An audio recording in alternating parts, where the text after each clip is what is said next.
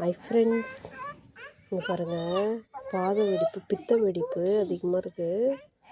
அதனால் வீட்லேயே ஒரு காலுக்கு மசாஜ் கொடுக்கலான்னு சொல்லிட்டு இங்கே பாருங்கள், வெது வெதுப்பான தண்ணி, ஒரு பாதி எலுமிச்சை பழம், அதுக்கப்புறம் சோடா உப்பு இருந்தால் சோடா உப்பு, இல்லைன்னா எந்த ஷாம்பு எனி ஷாம்பு போட்டு வெது வெதுப்பான தண்ணியில் ஒரு 1/2 காலை வச்சுட்டு இருக்கேன்.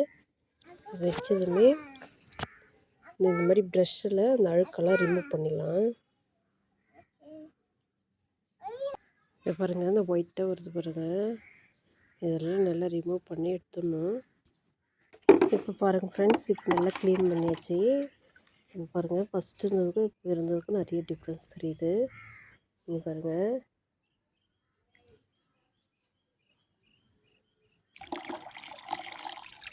ஃப்ரெண்ட்ஸ் நீங்களும் ட்ரை பண்ணி பாருங்கள். இதுக்கப்புறம் தேங்காய் எண்ணெய் ஒரு ஸ்பூன், மஞ்சள் ஒரு பிஞ்சு போட்டு இது தேய்ச்சி விட்டுருங்க. பாதம் வெடிப்பு சரியாயிடும். பாய்.